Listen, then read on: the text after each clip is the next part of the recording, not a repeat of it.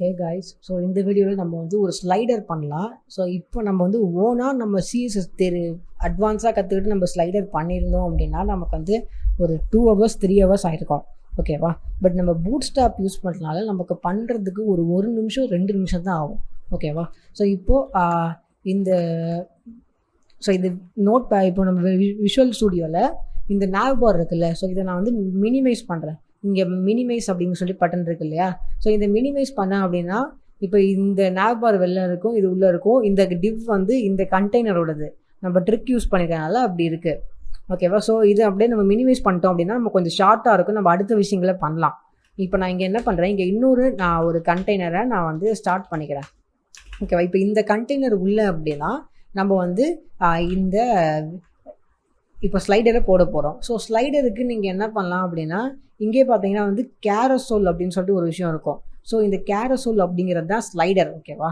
இப்போ இதை கிளிக் பண்ணிங்க அப்படின்னா கீழே வந்தீங்கன்னா வெரைட்டிஸ் ஆஃப் ஸ்லைடு இருக்கும். இப்படி ஒரு ஸ்லைட்ஸ் இருக்கும், அதுக்கப்புறம் இந்த மாதிரி ஸ்லைட்ஸ் இருக்கும், இல்லை டெக்ஸ்ட் இருக்கிற மாதிரி ஸ்லைட்ஸும் இருக்கும். நான் வந்து இந்த ஸ்லைடு யூஸ் பண்ணுறேன். ஸோ இது நல்லா இருக்குது. இந்த கோடை வந்து காப்பி பண்ணிக்கோங்க.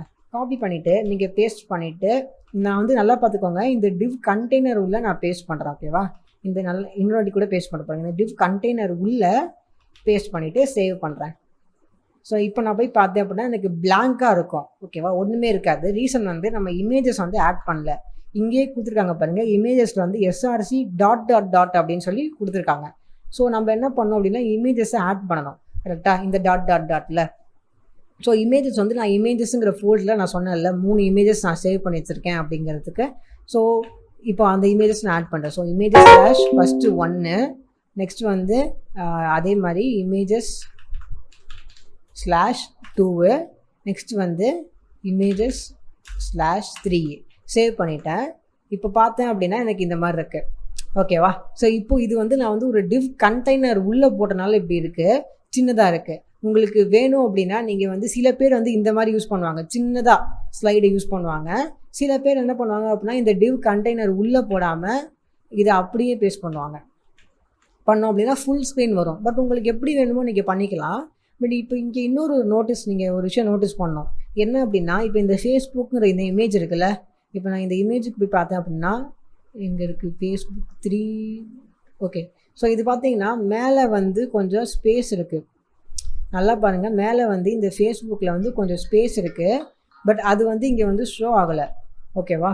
ஸோ அது இங்கே பார்த்தீங்கன்னா வந்து மேலே டாப்பில் கொஞ்சம் ஸ்பேஸ் குறையிற மாதிரி இருக்குது. பிகாஸ் இது வந்து என்ன இருக்குன்னா இப்போ என்ன நடந்திருக்கு, இப்போ இந்த இடத்துல பார்த்தோம் அப்படின்னா இதுக்கு கீழே ஸ்டார்ட் ஆகிருக்கு. இது பார்த்தீங்கன்னா இதோட ஃபுல் சைஸ் பாருங்களேன், இது வந்து ஃபுல்லாக இருக்குது. ஸோ இப்போ இது பார்த்தீங்க அப்படின்னா ஃபுல்லாக இருக்குது, இது ஃபுல்லாக இது இருக்குது, அந்த ப்ளூ கலர் லேயர் ஃபுல்லாக வந்து இந்த ஸ்லைடர் இருக்குது.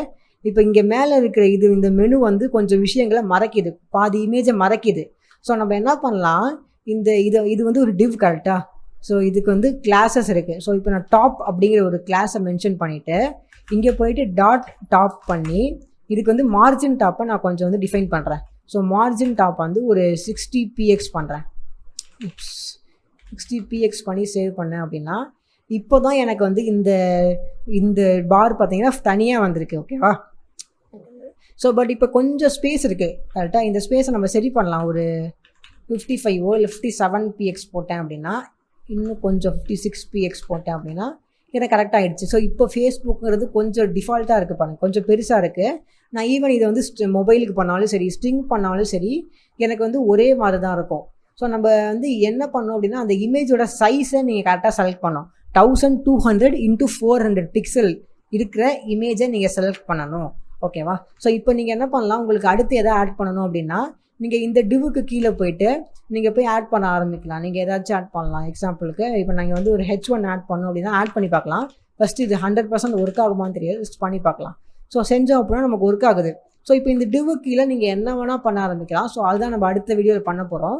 பட் இப்போது நமக்கு இந்த கேரசோல் வந்து நமக்கு ரெடி ஆகிடுச்சு. பார்த்தீங்கன்னா நமக்கு பார்க்குறதுக்கு நல்லா இருக்குது.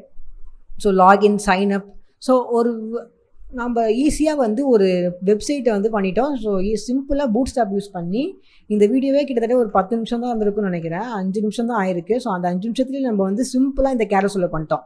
ஸோ இது பேக்ரவுண்டில் இருக்கிற ப்ராசஸ் நமக்கு தெரியவே வேணாம், நம்ம வந்து அது நமக்கு தெரிஞ்சுக்கணுங்கிற அவசியமே இல்லை. அதனால தான் இந்த பூட் ஸ்டாப்புங்கிற இந்த ஃப்ரேம் ஒர்க்கே நம்ம யூஸ் பண்ணுறோம். ஓகேவா? ஸோ ஈஸியாக இதை யூஸ் பண்ணி நம்ம வந்து இப்போ வந்து இந்த ஸ்லைடரை பண்ணிட்டோம். இப்போ அடுத்த வீடியோவில் நம்ம கீழே போய் இதுக்கு கீழே வந்து இன்னும் கொஞ்சம் அட்வான்ஸான சில விஷயங்களை செய்ய ஆரம்பிக்கலாம்.